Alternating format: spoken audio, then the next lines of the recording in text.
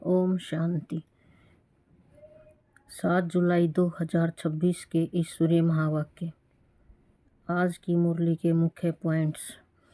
बाबा ने कहा, मैं तुम्हें स्वर्ग का मालिक बनाता हूँ। फिर बाबा ने कहा, इस दुनिया की इतनी सारी मिल्कियत सेकंड में खलास हो जाएगी। बाबा ने कहा, मेरी श्रीमत पर तुमको चलना है और किसी की मत पर न चलो। मैं तुम्हें पत्थर बुद्धि से पार्श बुद्धि, पत्थरनाथ से पार्शनाथ बनाता हूँ।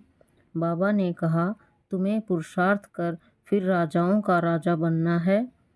निरंतर याद में रहकर देही अभिमानी बनोगे, तब अमरलोक में जाकर जन्म लेंगे। फिर बाबा ने कहा, मैं आया हूँ तुम्हें गुल गुल बनाने, तो योग की कमाई करते रहो। लास्ट में बाबा ने कहा, अब वापस घर जाना है। यह स्मृति तुम्हें साक्षी उपराम बना देगी। अब सुनते हैं महावाक्यों को विस्तार से। मीठे बच्चे, तुम्हें नशा होना चाहिए कि हमारा बाबा आया है हमें विश्व का मालिक बनाने। हम उनके सन्मुख बैठे हैं। प्रश्न, कर्मों की गुह्य गति को जानने वाले कौन सा पुरुषार्थ अवश्य करेंगे? उत्तर, याद में रहने का, क्योंकि उन्हें पता है कि याद से ही पुराने हिसाब किताब चुकतू होने हैं। वे जानते हैं कि आत्मा अगर पुराने हिसाब किताब कर्म भोग चुकतू नहीं करेगी तो उसे सजाएं खानी पड़ेंगी और पद भी भ्रष्ट हो जाएगा। पुनर्जन्म भी ऐसा ही होगा। ओम शांति। बच्चों को अपार खुशी का पारा चढ़ता है जब देखते हो बाप दादा सम्मुख आए हैं, और यह भी बच्चे जानते हैं कि 5000 वर्ष बाद फिर से शिव बाबा ब्रह्मातन में आया हुआ है। क्या करने, बच्चों को यह नशा चढ़ा हुआ है। सब बच्चे जानते हैं कि स्वर्ग का मालिक बनाने बाप आया हुआ है। हमको लायक बना रहे हैं। हमको तमो प्रधान से सतो प्रधान बनने की युक्तियाँ बार बार बता रहे हैं। युक्ति है बहुत सहज, बिल्कुल सहज याद बच्चों को सिखलाते हैं। अज्ञान काल में बाप को बच्चा होता है तो समझते हैं हमारा वारिस पैदा हुआ। तुम जानते हो इस समय बाप आकर हम बच्चों को अडॉप्ट करते हैं। यूँ तो तुम सब शिव बाबा के बच्चे हो, परंतु बाबा अपना कैसे बनाएं जो हमको सुना सके और हम उनसे सुन सकें। शिव बाबा इस ब्रह्मातन से कहते हैं, मैं तुम्हारा बाप हूँ, तुमको स्वर्ग का मालिक बनाता हूँ।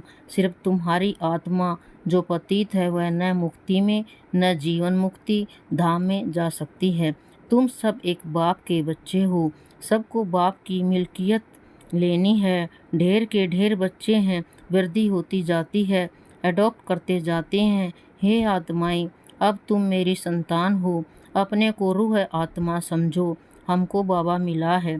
जिसको आत्मा समझो, हमको बाबा मिला है।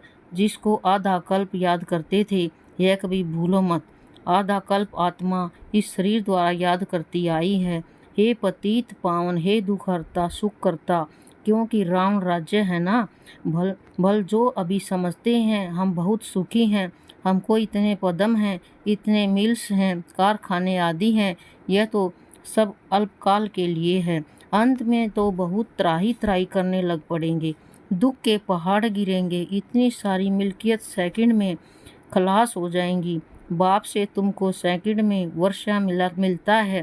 कहते हैं तुमको सेकंड में स्वर्ग की बादशाही देता हूँ। यह पुरानी दुनिया खत्म हो जाएगी। लड़ाइयाँ लगेंगी, नेचुरल कैलेमिटीज होगी। सफाई तो चाहिए ना। तुम्हारी आत्मा भी अब पवित्र बन रही है। बाप दादा दोनों समझ सकते हैं बच्चे कितनी मेहनत करते हैं। बाप से वर्षा पाने की मेहनत बिल्कुल थोड़ी देते हैं। अपने को आत्मा समझ बाप को याद करो। वह रूहानी बाप है निराकार। हम आत्माएं उनको बुलाते हैं ना। बाप कहते हैं तुम्हारी आत्मा जो पतित है वह पावन कैसे बने। पतित पावन तो एक बाप है ना। पानी की नदी पतित पावनी है तो झट से जाए गोता खाकर चले आना चाहिए। गंगा स्नान बहुत करते हैं, फिर भी पतित क्यों? रात दिन यही धुन लगाते रहते हैं। पतित पावन सीताराम अर्थात सब जो भक्तियाँ हैं अथवा सीताएं हैं सबका रक्षक एक राम परम पिता परमात्मा है। पतित पावन पतियों का पति वही है, वह जब आए तब आकर पावन बनाए। तो अब बाप कहते हैं मेरी श्रीमत पर तुमको चलना है और किसकी मत पर न चलो। वह तो समझते हैं भक्ति से भगवान मिलेगा, जबकि भक्ति से भगवान मिलेगा तो ऐसे क्यों कहते हैं कि भक्तों की रक्षा करने आएगा। भक्तों पर क्या आपदा पड़ी है जो रक्षा करेगा। रक्षा तब की जाती है जब कुछ आपदा होती है। बाप कहते हैं तुमने कितना दुर्गति को पाया है, यह है रौरव नर्क। सब दुखी रोगी हैं, घर घर में देखो क्या लगा पड़ा है। दुख ही दुख इसलिए पुकारते हैं बाबा हमारे दुख हरो, सुख दो। भारत में ही सदा सुख था, अब दुख है। भारत की बात है और खंड तो है ही अलग, वह तो आते ही बाद में हैं। कोई 60 जन्म लेकर, कोई इनसे भी कम जन्म लेते हैं। 84 जन्म देवता धर्म वाले लेते हैं, तो इस हिसाब से आधा कल्प के बाद जो आएंगे उनको 84 से आधे जन्म लेने पड़ेंगे। ऐसे नहीं कि सब 84 का चक्कर खाते हैं। मनुष्यों को तो जो आता है सो बोल देते हैं। अब तुम बच्चे बाप द्वारा अविनाशी ज्ञान रत्नों की झोली भर रहे हो। रतन तो बहुत वैल्यूएबल है, बाप समझाते भी बहुत सहज हैं। बाप कहते हैं तुम बुलाते आए हो हे पतित पावन, आकर हमें पावन बनाओ, तो बाप आए हैं। अब तुम समझते हो हम पावन बनेंगे तो स्वर्ग के मालिक बनेंगे। शिव बाबा हमको पत्थर बुद्धि से पार्श बुद्धि, पत्थरनाथ से पार्शनाथ बनाने आए हैं। भक्ति मार्ग के चित्र सब पत्थरों के बने हुए हैं, पत्थरों से माथा मारते हैं। बाप कहते हैं तुम भल कितनी भी मेहनत करो, फायदा कुछ नहीं होना है। आगे तो तुम बलि चढ़ते थे, फिर भी क्या फायदा हुआ। करके देवी का दीदार होगा, फिर जैसे के तैसे। पतित पावन बाप आते हैं एक बार संगम पर। सतयुग में तो भक्ति मार्ग की बातें होती ही नहीं। बाप तो कहते नहीं कि गला काटो, यह करो। भक्ति मार्ग में अनेक प्रकार से क्या क्या करते हैं। आगे देवियों पर मनुष्य की बलि चढ़ाते थे। बाप कहते हैं तुम सुधरेले थे तो देवता थे, अब कितने पत्थर बुद्धि बन पड़े हो। तुमको स्वर्ग की बादशाही दी थी, कितने सोने हीरे जवाहरों के महल थे, अथाह धन था, वह क्या किया। अब तुम कितने दुखी हो पड़े हो। तुम असुर देवी देवता धर्म के थे ना, अब सिर्फ तुम रजोतमों में आए हो। तुम तो देवता धर्म के थे, फिर अपने को हिंदू क्यों कहलाते। और सब धर्म वाले अपने अपने धर्म को ही मानते हैं। धर्म तो एक ही होता है ना, मुसलमानों का मुस्लिम धर्म, क्रिश्चियन का क्रिश्चियन धर्म चला जाता है। तुमको क्या हुआ, तुम बहुत सुखी पवित्र संपूर्ण निर्विकारी थे, अभी कितने विकारी बन पड़े हो, किसको पता ही नहीं। बरोबर हम संपूर्ण निर्विकारी थे, फिर संपूर्ण विकारी कैसे बने। 84 जन्म लेते सतों से तमो बने, अब बिल्कुल ही तमो प्रधान पतित हैं। सतयुग से कलयुग जरूर आना है। अब सब धर्मों को सतो रजो तमो में आना ही है, वृद्धि को पाना है। तुम भी झाड़ में हो ना, झाड़ में देखो अंत में ब्रह्मा खड़ा है। झाड़ के ऊपर चोटी में ब्रह्मा ही 84 जन्म ले जाकर अंत में खड़ा है। तुम भी जो नीचे ब्राह्मण बैठे हो, वही फिर अंत में पतित शूद्र बने हो, फिर नीचे राजयोग सीख रहे हो। तुम भी शूद्र थे, अब ब्राह्मण बने हो। यह बड़ी समझने की बातें हैं, अभी झाड़ में बहुत अच्छी समझानी है। अभी तुम राजयोग की तपस्या कर रहे हो, तुम्हारी ही यादगार खड़ा है यह चैतन्य देलवाड़ा मंदिर, वह जड़। सतयुग में यह नहीं था, इस समय तुम अपना यादगार देखते हो। तुम प्रैक्टिकल में सच्चे सच्चे देलवाड़ा मंदिर में चैतन्य में बैठे हो। स्वर्ग की स्थापना हो रही है, फिर स्वर्ग में आएंगे तो यह मंदिर आदि कुछ होंगे ही नहीं। यह मम्मा बाबा और हम बच्चे बैठे हैं, हुबहू यह तुम्हारा मंदिर है। नाम ही रखा है मधुबन चैतन्य देलवाड़ा मंदिर। फिर जब भक्ति मार्ग शुरू होगा तो फिर यह मंदिर बनाएंगे। बाप ने तुमको बहुत धनवान बनाया था तो तुम ही फिर उनका मंदिर बनाते हो। शिव का मंदिर एक नहीं बनाते हैं, सब बनाते हैं तथा योग्य तथा यथाशक्ति। तुम जानते हो हम पूज्य थे, फिर द्वापर में पुजारी बने हैं। शिव बाबा जो इतना साहूकार बनाते हैं, भक्ति में फिर तुम ही उनका मंदिर बनाएंगे। इन बातों को अभी तुम ही जानते हो, तो अब पुरुषार्थ कर फिर राजाओं का राजा बनना चाहिए। सतयुग में कहा जाता है महाराजाएं, त्रेता में कहा जाता है राजा। फिर दुनिया पतित बनती है तो महाराजाएं भी पतित, राजाएं भी पतित होते हैं। वह निर्विकारी महाराजाओं का मंदिर बनाकर पूजते हैं। पहले पहले शिव का मंदिर बनाते हैं, फिर देवताओं का मंदिर बनाते, खुद ही मंदिर बनाकर पूजते हैं। 84 जन्म तो भोगते हैं ना। आधा कल्प तुम पूज्य, फिर आधा कल्प पुजारी बनते हो। मनुष्य फिर समझते हैं भगवान आपे ही पूज्य, आपे ही पुजारी है, सब कुछ आपे ही देते हैं, आपे ही छीन लेते हैं। अच्छा, जबकि उसने दिया और लिया, फिर तुमको क्यों चिंता लगती है? तुम तो ट्रस्टी हो गए, फिर रोने की क्या दरकार है? बाप बैठ आत्माओं को समझाते हैं। अब तुम आत्म अभिमानी बनते हो। नंबर वार कोई तो बिल्कुल बाप को याद करते ही नहीं है, देही अभिमानी रहते ही नहीं है। यहाँ कितना समझाया जाता है, अरे तुम आत्मा हो, परमात्मा तुमको पढ़ाते हैं। आत्मा में ही संस्कार रहते हैं, आत्मा ही बैरिस्टर आदि बनती है, आत्मा मजिस्ट्रेट बनती है। याद करती रहेगी तो फिर अमर लोक में जाकर जन्म लेगी, मृत्यु लोक में फिर तुम्हारा दूसरा जन्म नहीं लेंगे। अगर कुछ हिसाब किताब रहा हुआ होगा तो सजा खानी पड़ेगी। कर्म भोग भोग कर चुकतू करना होगा, फिर पद ऊंच नहीं मिलेगा। यह कर्मों की गुह्य गति बाप बच्चों को ही बैठ समझाते हैं, यह भी बच्चे जानते हैं। सतयुग है सतो प्रधान, हर चीज़ यहाँ सतो प्रधान होती है।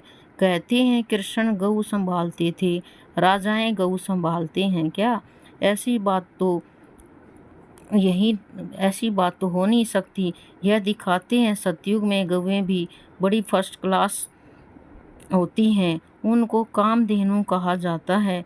जगत अम्बा सरस्वती भी कामधेनु है, 21 जन्म लिए सबकी मनोकामनाएं पूरी करती है।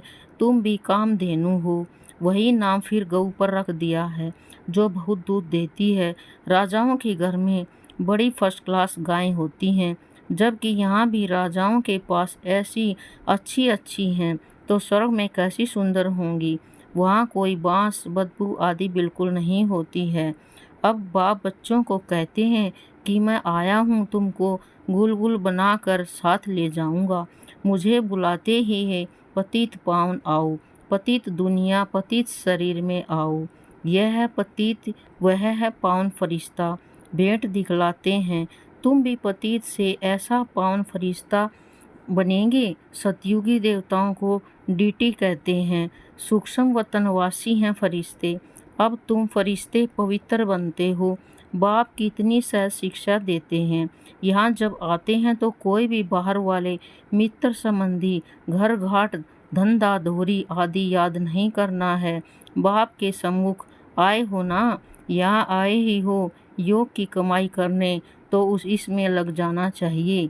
अच्छा, मीठे मीठे शकील दे बच्चों प्रति माता पिता बाप दादा का याद प्यार और गुड मॉर्निंग। रूहानी बाप की रूहानी बच्चों को नमस्ते। हम रूहानी बच्चों की रूहानी बाप दादा को नमस्ते नमस्ते नमस्ते, गुड मॉर्निंग, शुक्रिया बाबा। धारणा के लिए मुख्य सार।